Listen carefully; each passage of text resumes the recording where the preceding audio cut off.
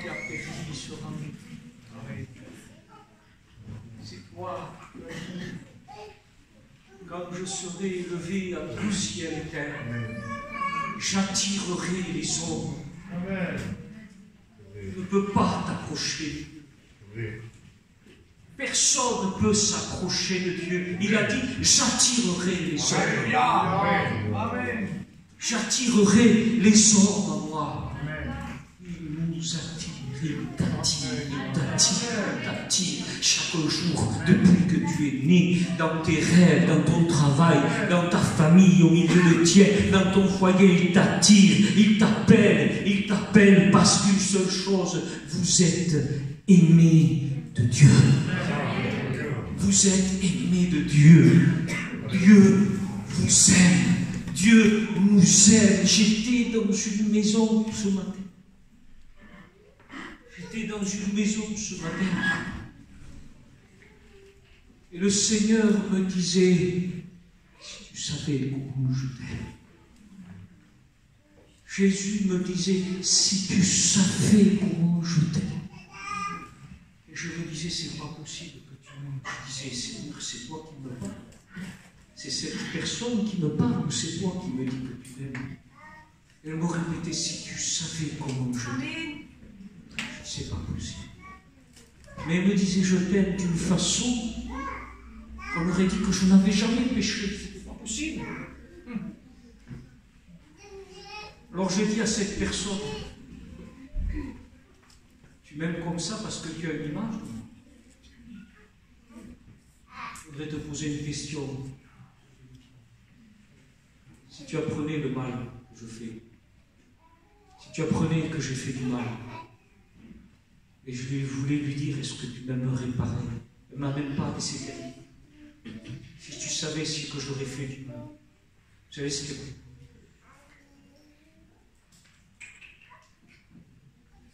J'ai déjà décidé de t'aimer pour toujours. J'ai déjà décidé de t'aimer pour toujours, c'est fini. C'est un choix de Dieu. La Bible dit, car Dieu a tant aimé le monde.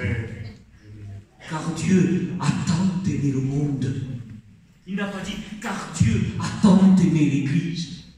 Il n'a pas dit, car Dieu a tant aimé l'Église de Béziers, de Isson, ou de Bédarieux. Dieu a tant aimé les Chinois, les Anglais, les Arabes. Non, il a dit, Dieu a tant aimé le monde.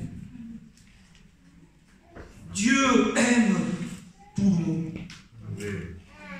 Dieu n'aime pas que son peuple seulement. Dieu n'aime pas que les chrétiens seulement. Dieu aime tout le monde.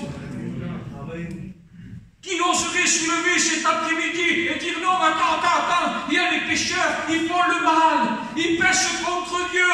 Non, Dieu les aime. La Bible dit, Dieu haït le péché, mais il aime le pécheur. Si c'est trop fort, vous baissez. La Bible dit, Dieu haït le péché, mais il aime le pécheur. Il ne dit pas il aime le chrétien, il aime le juste. Il dit il aime le pécheur. Et je suis venu cet après-midi vous dire que Dieu aime le pécheur.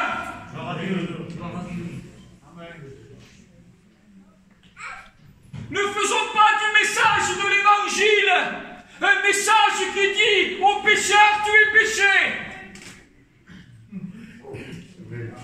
Ne faisons pas un mélange du pécheur et du péché parce que Dieu s'est dissocié par son amour. Il dit, je haïs le péché, mais j'aime le pécheur.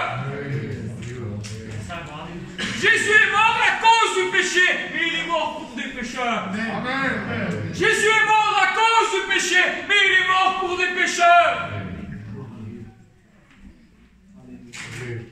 Le pécheur n'est pas un péché.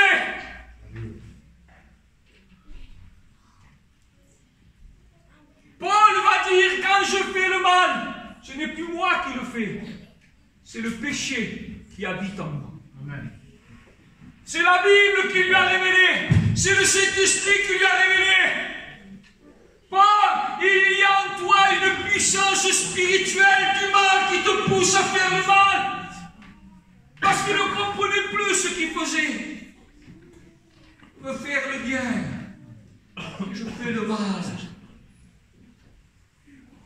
Dieu t'aime. Je vous lis un verset que Dieu m'a donné. Écoutez bien ça. Écoutez bien ce verset de la parole de Dieu.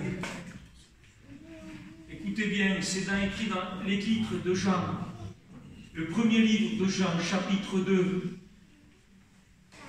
Il dit ainsi au verset 2, écoutez bien, ce n'est pas moi qui le dis, c'est la Bible qui le dit.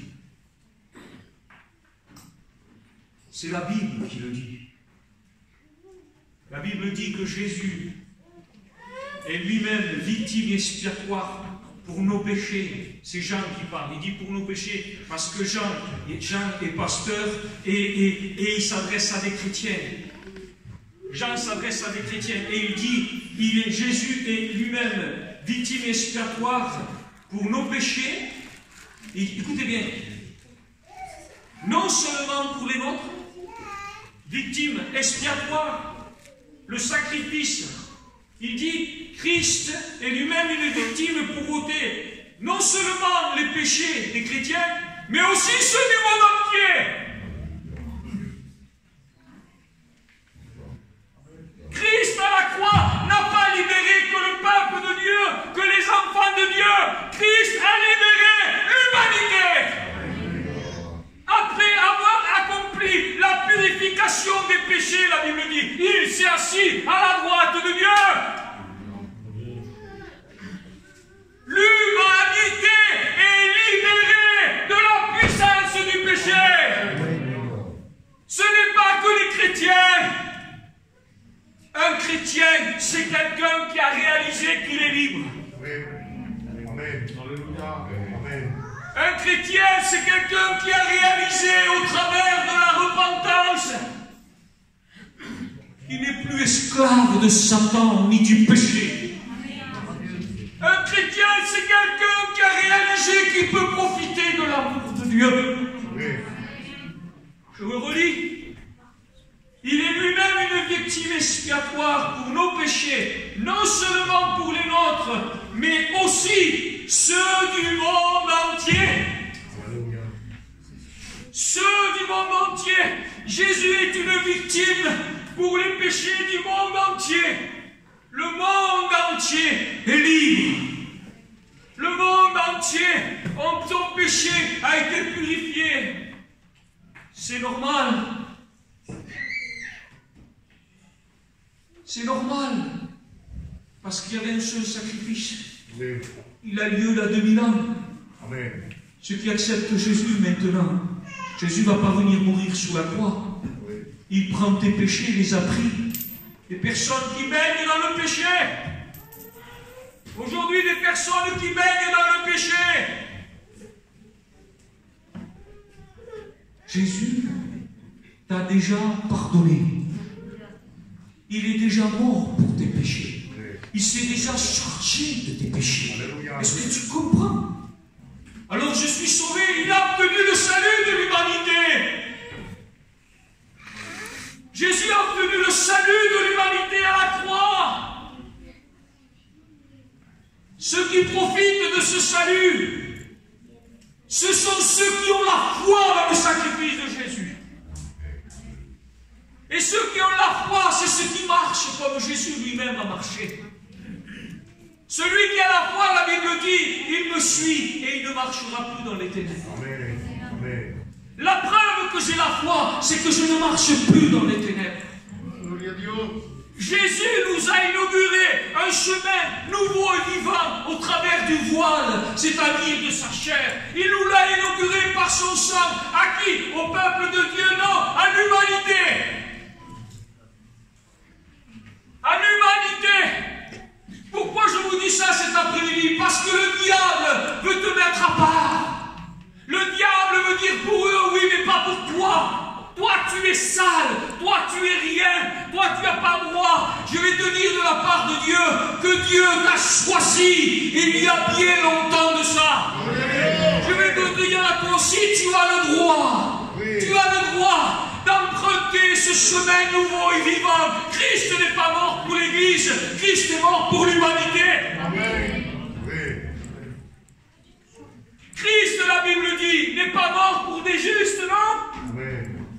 Christ n'est pas mort pour des justes, il est mort pour des pécheurs.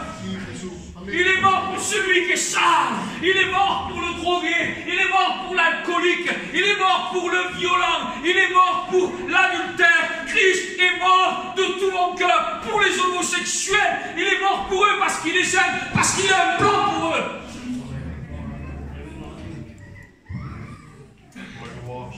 Christ n'est pas mort pour des justes, il est mort pour des malades. Il est mort pour des souffrants. Il est mort pour des personnes qui se battent dans le péché. Voilà pour qui Christ est mort. Il faudrait presque il faudrait presque jeûner, prier. Il faudrait avant, il ne faut plus aller dans les mariages. Il ne faut plus faire ça. Et pour ça, tu vas devenir chrétien. Faux! Christ est mort pour des pécheurs. Amen. Alléluia. Que toute barrière religieuse tombe. Que tout message qui met des barrières aux pécheurs de venir à Christ soit réprimé au nom de l'Éternel. Parce que Christ est mort pour des pécheurs. Jésus aime les pécheurs. Je veux le dire, je suis venu te dire ça. Dieu aime les pécheurs. Dieu ne veut pas que tu te sentes rejeté. Il ne met pas dehors celui Dieu ne met pas dehors celui qui vient à lui. Il a de la haine. Il faut comprendre l'amour de Dieu. Il faut comprendre l'amour de Dieu. Il faut comprendre que dans l'amour de Dieu, ce qui peut te séparer de lui, il en a de la haine. Le ciel t'est ouvert, pécheur. Âme souillée, le ciel t'est ouvert. Amen. Le ciel t'est ouvert, pécheur. Est-ce que tu entends cette parole? C'est ça, l'amour de Dieu. C'est de te dire à toi, pécheur, le ciel t'est ouvert. Amen. Si le local ne te reçoit pas, si l'église locale ne te reçoit pas, Jésus lui ouvre le ciel. Amen. Gloire à Dieu. Alléluia.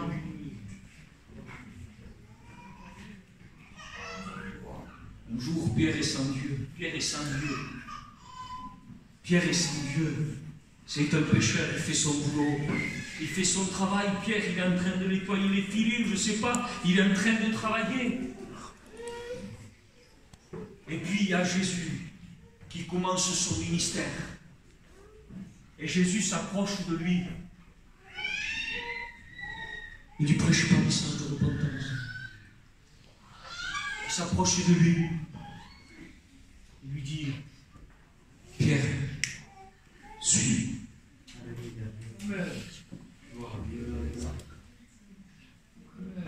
Pierre, suis-moi. Aussitôt, il laissa ses filets, il laissa tout, et il suivit Jésus. Et dites-moi à quel moment Pierre dit, Seigneur, je te demande pardon. Seigneur, je te demande pardon. Est-ce que Jésus a fait un appel? Est-ce que Jésus... Non, vous savez pourquoi? Parce que de suivre Jésus, c'est ça la véritable expression pour la repentance. Amen. Amen.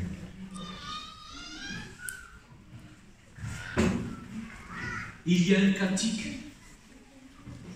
vieux qui va dire « Ô heureuse faute qui nous a fait connaître la grâce. » Ça, c'est pas facile. C'est pas facile à comprendre. Parce que ça a causé la chute de l'humanité, ce péché-là. Mais sans cela, on n'aurait pas connu la grâce. La grâce n'aurait pas lieu d'exister s'il n'y avait pas eu ce péché. Je ne suis pas Dieu. Ce que je veux te dire, c'est que Dieu avait tout prévu. Avant la fondation du temps, Dieu avait tout prévu. Pierre, vous savez ce qu'a fait Pierre? Pierre marchait sur un chemin. Jésus lui a dit, suis-moi. Il a changé de chemin. Il en a pris un autre.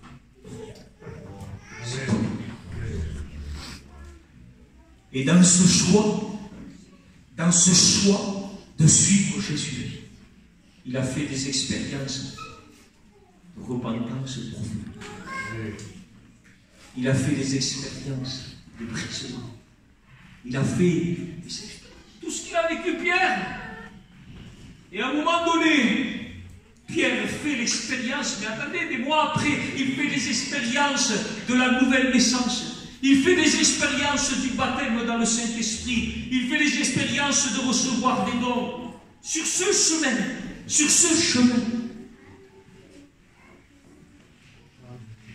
la Bible dit que nous sommes sauvés par la grâce. Amen. Pécheur,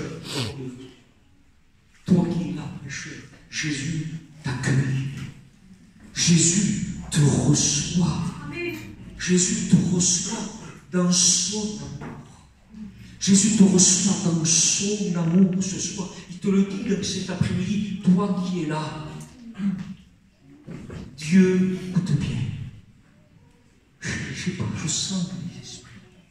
Je sens que des gens ont entendu que tu as de la haine pour moi. Comme si tu as entendu que tu as de la haine pour toi. Non, c'est pas vrai. Tu as de la haine pour le péché. Amen. Non, Dieu n'a pas de haine pour toi. Amen. Dieu n'a que de l'amour pour toi. Amen.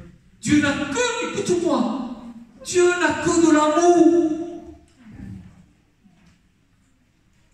J'assume ce que je dis. J'étais converti. J'avais besoin de lui, j'ai prié. Et il m'a assisté.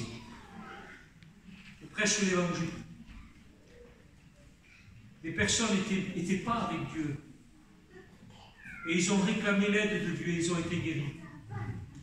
J'assume ce que je dis. Parce que la Bible l'enseigne.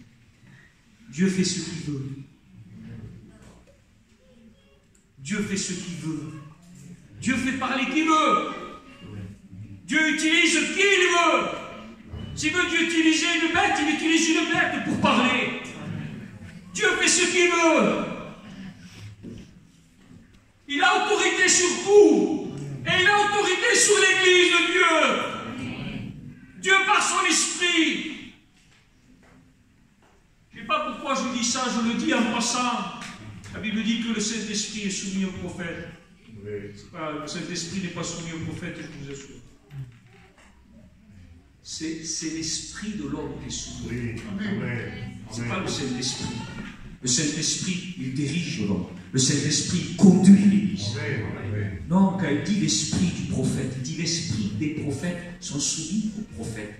Ça veut dire qu'on n'est pas obligé de parler en langue, on n'est pas obligé, on peut contrôler son esprit. C'est ça que ça veut dire. Mais jamais l'homme va dominer sur le Saint-Esprit. C'est pas vrai, c'est le Saint-Esprit. La Bible dit, c'est poussé par l'esprit que des hommes ont parlé de la parole. C'est poussé par l'esprit. Mon frère, ma soeur, bien-aimé, viens à Jésus tel que tu es. Viens à Jésus. Dans cet après-midi, toi qui es là, viens te réconcilier avec Jésus. Amen. Dieu haït le péché parce que le péché te sépare de lui. Dieu haït le péché parce que le péché te sépare de lui. C'est pour ça qu'il veut que tu te débarrasses de ça. L'origine du mal dans ta vie, écoute-moi. L'origine du mal dans ta vie, c'est le péché. Alors pourquoi les hommes sont condamnés? Toute cette parole. Dieu va dire à une personne, si tu as bien agi, tu relèveras la tête. Il dit, mais si tu as mal agi, il dit, le péché touche à ta porte. Et ces désirs, les désirs du péché, se tournent vers toi. C'est ce qui anime l'homme sans Dieu. Parce que l'autorité dans un chrétien, c'est le Saint-Esprit qui est en lui. qui anime la grâce de Dieu, la source de la grâce qui est en nous. Mais quand on n'a pas l'Esprit de Dieu en nous, même que tu ne veux pas, ça ne t'est pas arrivé. Ma femme, je ne vois plus. Je ne recommencerai plus. Je n'en peux plus. Les enfants ont peur de toi, arrête-toi. Je t'assure, c'est la dernière fois. C'est la dernière fois. Et puis tu sors. Et puis ça recommence. Et puis ça recommence. Mais je sais que tu ne peux pas. Mais sans Jésus, tu ne peux pas.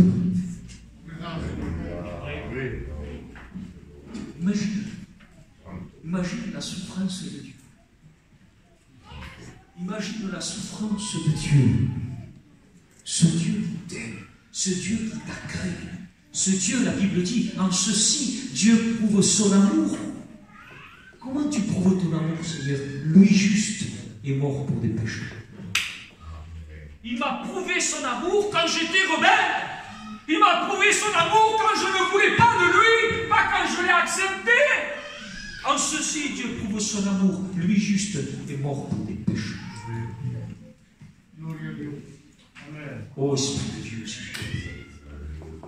fais contempler l'amour de Dieu maintenant dans ses âmes. Fais-nous contempler ton amour.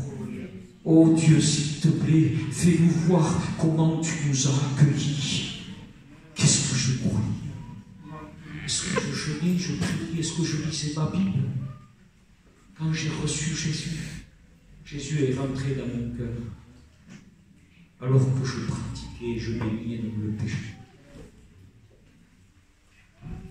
Ce qui nous condamne, et ce qui fait qu'on est dominé par le mal alors qu'on est libre,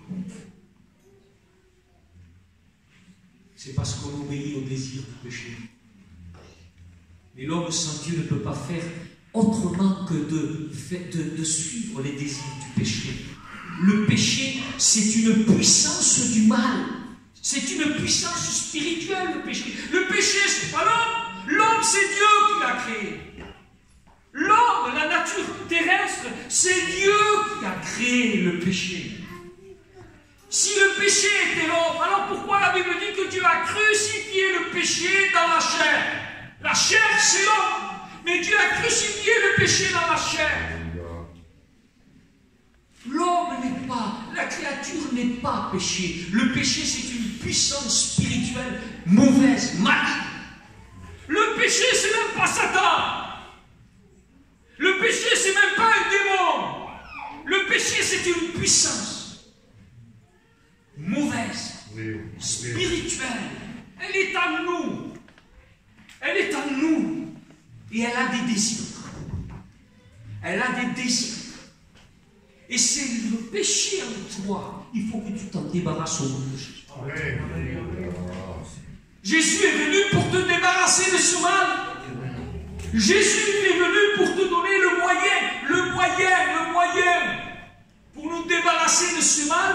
C'est la croix. C'est d'accepter la croix. Comment on accepte la croix? C'est pas facile parce que dans la Bible, c'est dur de trouver quelqu'un dans la Bible qui demande pardon. Parce que la plupart du temps, on dit aux gens que tu demandes pardon. C'est dur, c'est dur. C'est plus. Il faudrait plus dire aux gens de se repentir. De se repentir. Parce que la repentance, c'est beaucoup plus que de demander pardon. La repentance, c'est beaucoup plus que de demander pardon. La vraie repentance, c'est de la dynamite. La repentance, c'est de la dynamite qui fait exploser en toi cette puissance du péché. La repentance, c'est une dynamite puissante pour manifester une nouvelle vie en toi. C'est ça la repentance. Il y en a qui n'arrivent pas à marcher avec Dieu. Vous savez pourquoi? Parce qu'ils répondent à l'appel et disent Seigneur, je te demande pardon. Non, Dieu ne veut pas que tu demandes pardon. Dieu veut que tu te repentes. C'est plus que ça, parce que cherchez dans la Bible des gens qui viennent devant Jésus et qui disent Jésus, je te demande pardon. C'est très rare. Franchement, il faudrait bien lire, mais la plupart, c'est pas ça. prêche Bartimée? On le prêche comme quelqu'un qui reçoit Jésus, qui est sauvé, non? C'est où que Jésus demande pardon? Bartimée demande pardon. Zachée, c'est quelqu'un, on dit, Jésus rentre dans sa maison aujourd'hui, il est sauvé, non? C'est quand qu'il demande pardon? Le brigand sur la croix, est-ce qu'il demande pardon? Non. Ce sont des expressions de repentance. Ça, c'est entre toi et lui. La repentance, c'est entre la personne, c'est entre l'âme et Dieu. Le pasteur n'a rien à voir. Personne n'a rien à voir. C'est ta repentance. Tu expérimentes ta repentance, ta réconciliation. La repentance, c'est quelque chose de profond, une prise de conscience profonde qu'on a fait du mal à Dieu. C'est ça. La repentance, c'est un désir profond de vivre avec Dieu. De vivre avec lui. Jésus, je veux te suivre. Jésus, je veux te suivre. Jésus, je veux te suivre. Tu sais pourquoi? Parce qu'il y a 2000 ans de ça. Jésus a ouvert le chemin à l'humain. À tous les hommes. Jésus a ouvert le ciel à tous les hommes. Tous vont au ciel? Non, seuls ceux qui veulent aller au ciel. Il n'y a que ceux qui veulent aller au ciel qui vont au ciel. Et la Bible dit que Jésus dit, je suis le chemin. Ce chemin a été inauguré par le sang de Jésus. Il nous a inauguré par son sang un chemin nouveau et vivant. Appris aux chrétiens? Non, au monde. C'est au monde, c'est à tous les pécheurs de l'histoire de l'humanité que Christ a ouvert ce chemin nouveau et vivant. Amen. Christ n'a pas pardonné que les péchés des chrétiens, Christ a pardonné les péchés, excusez-moi, de Adam, depuis Adam jusqu'après. Christ a pris les péchés de ceux qui se font exposer au nom de Dieu. Christ a pris leurs péchés sur la croix. Il a pris les péchés, excusez-moi, des pédophiles. Il a pris leurs péchés. Il y a 2000 ans de ça. L'évangile, c'est de venir te dire, cesse d'obéir. Tu as la possibilité, écoute-moi, tu as la possibilité de ne plus obéir au désir du péché. La croix te permet, elle te donne l'autorité. Elle te donne l'autorité. Elle te donne l'autorité de dire non au désir du péché. La Bible dit que le péché ne règne donc plus. Fini le règne du péché. La croix brise le règne du péché. Écoute-moi, la croix seule peut briser le règne du péché. Amen. Ce qui te condamne, c'est que tu continues à obéir. Parce que si maintenant, tu dirais, mais moi je croyais que c'était que pour les chrétiens. Je croyais qu'il n'y a que les chrétiens. Comprends-le que si tu te repens, tu deviendras chrétien toi aussi, tu comprends. Mais un chrétien, ce n'est pas un extraterrestre. Un chrétien, c'est un homme comme toi. C'est une femme comme toi. Un chrétien, aujourd'hui, tu as un talent dans ta famille. Ce sont les mêmes. Même des chrétiens, ils meurent. Ils retourneront à la poussière. Leur esprit retourne à Dieu. Je voudrais te dire, et j'ai terminé. Écoute bien. Le ciel est ouvert. Ô pécheur, âme souillée. Le ciel t'est ouvert. Le ciel t'est ouvert. On dirait, excusez-moi, on dirait que comme on appelle des âmes à venir à la repentance, attention, mais rien de souillé et d'impur ne rentre dans le royaume des cieux. Hein. Vous croyez que je suis rentré dans le ciel, moi? Non, je suis rentré en Christ. Je ne peux pas rentrer dans le ciel. Moi qui suis en train de vous prêcher l'évangile, je ne peux pas rentrer dans le ciel parce que je suis un pécheur. Mais parce que j'ai accepté le Christ et qu'il est rentré dans mon cœur, on appelle ça un pécheur gracié. Je suis un pécheur gracié. Je suis un pécheur gracié. Je suis un pécheur gracié. Si j'étais dans le ciel, vous croyez? Vous savez ce que la Bible dit? Le chrétien, il est sauvé en espérance. Vous savez ce que ça veut dire en espérance? C'est par la foi. Pourquoi? Parce qu'il n'est pas encore dans le ciel.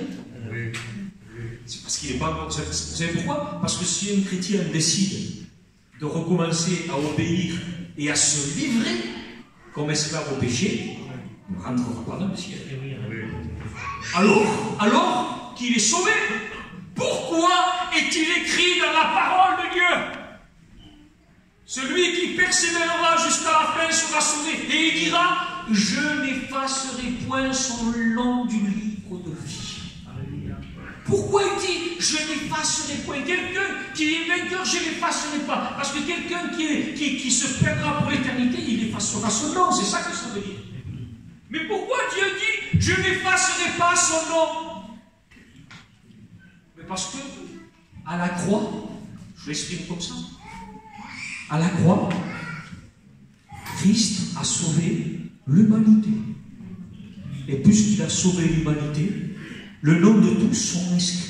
Tous les noms qui sont là ce soir, tous les noms qui sont là ce soir, ils sont écrits dans le livre de Dieu, parce que Christ a sauvé l'humanité. Écoutez-moi, mais si tu quittes la terre et sa Dieu, il effacera ton nom. Mais écoute-moi, c'est ça qui est triste. C'est que tu arrives à la fin, à ton dernier souffle. Écoute-moi, tu arrives à ton dernier souffle, et ton nom est inscrit. Ton nom est inscrit. Tu es sauvé, tu as l'éternité avec Jésus, avec les tiens. Ton nom est écrit. Mais tu n'acceptes pas Jésus dans ton corps, dans ton cœur. Ton nom est effacé. Ton nom s'efface. Est-ce que tu arrives à comprendre ce que je veux te dire? C'est que le ciel est ouvert aux pécheurs. Jésus a ouvert le ciel aux pécheurs. Je ne sais pas si je pourrais vous le lire, parce que je ne l'ai pas noté, je conclue avec ça.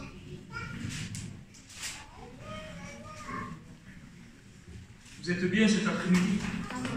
Je vous assure que je suis heureux. Moi. Je suis heureux. Oh, à toi la gloire, mon Seigneur. À toi la gloire.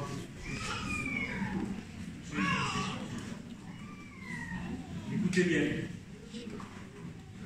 Acte 17, j'ai terminé. Le Dieu qui a fait le monde et tout ce qui s'y trouve, lui qui est le Seigneur du ciel et de la terre, n'habite pas dans les temples faits par la main des hommes. Il n'est pas servi par des mains humaines, comme s'il avait besoin de quoi que ce soit. Lui qui donne à tous la vie, le souffle et toutes choses. De qui il parle? Non, il a dit, lui qui donne à tous, le monde entier, tous les habitants de la terre, tout ce qui s'y trouve sur la terre, c'est Dieu qui donne la vie. Pécheur, tu vis parce qu'il t'aime. Tu vis parce qu'il te fait vivre. Écoutez bien. Il a fait que toutes les nations humaines, issues d'un seul homme, habitent sur toute la face de la terre. Il a déterminé des temps pour eux, les bornes de leur demeure, c'est-à-dire qu'il t'a donné un temps de vie. Afin qu'ils cherchent Dieu pour le trouver si possible en tâtonnant. Il dit, or, il n'est pas loin de chacun de nous.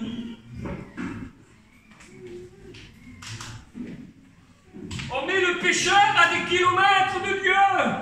On met le pécheur, on ne sait pas les espaces qu'on met de Dieu. Mais la Bible dit, or Dieu n'est pas loin de vous. Or, il n'est pas loin de chacun de nous, car en lui, nous avons la vie, le mouvement et l'être. Alors, je voudrais te dire dans cet après-midi, toi qui es là, si le diable veut te dire, c'est pour l'Église, c'est pour les chrétiens. Non, non, non. Oh Jésus, Seigneur. J'ai envie de lui demander pardon. Pardon, Seigneur, si un jour j'ai péché. J'ai prêché d'une façon où j'aurais mis peut-être des pécheurs de côté. Où j'aurais mis comme s'il y aurait une clause particulière à ton amour, Seigneur. Je le demande sincèrement pardon devant vous. Je demande pardon à Dieu s'il m'est arrivé de prêcher une fois et de mettre des clauses dans l'amour de Dieu. Dieu t'aime, pécheur. Il haït le péché. Dieu t'appelle et te dit, je te donne le moyen par la croix de ne plus obéir à ses désirs. Je voudrais vous dire des choses. Je voudrais vous dire des choses cet après-midi. Vous savez pourquoi? Pour que vous croyiez dans l'amour de Dieu. Vous savez ce que Jésus a dit? Et quand il disait ça, il ne disait pas ça à des païens, à des nations païennes, à des inconvertis, on pourrait dire nous. Non, il a dit ça, il y avait des pharisiens, il y avait des scribes. C'était toute l'église de l'époque, on pourrait dire. Il leur a dit ça. Vous dirigeants, vous responsables des églises religieuses, partis pharisiens, sadducéens, scribes, vous qui écrivez la loi de Dieu. Il leur a dit que celui de vous qui est sans péché, qui jette le premier. Vous savez ce que ça veut dire? Ça veut dire que même un pasteur, il n'est pas permis de juger un pécheur. Nous vivons le temps de la grâce. Nous vivons le temps de la grâce. La croix a la puissance de te faire marcher sur tes vies, sur tes passions, sur les serpents, sur les scorpions. C'est la puissance de la grâce. C'est la puissance de l'amour de Dieu. Ça a été dit dans la prière. L'évangile est la puissance de Dieu pour le salut de quiconque croit. Ce matin, je disais, Seigneur,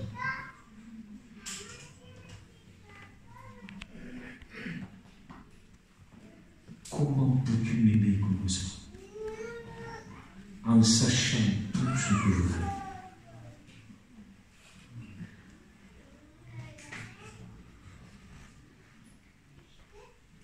Je vous dis la vérité. Si je suis là, au milieu de vous, c'est parce que je crois dans son amour et dans son pardon. Tu n'arriveras pas à faire un pas saint si tu ne crois pas que tu es aimé de Dieu. Tu n'arriveras pas à te donner à Dieu si tu ne crois pas en premier qu'il t'aime. Oh, il faut que tu te repentes et tu pourras recevoir l'amour de Dieu. La Bible dit que ce qui nous fait repentir, c'est l'amour de Dieu.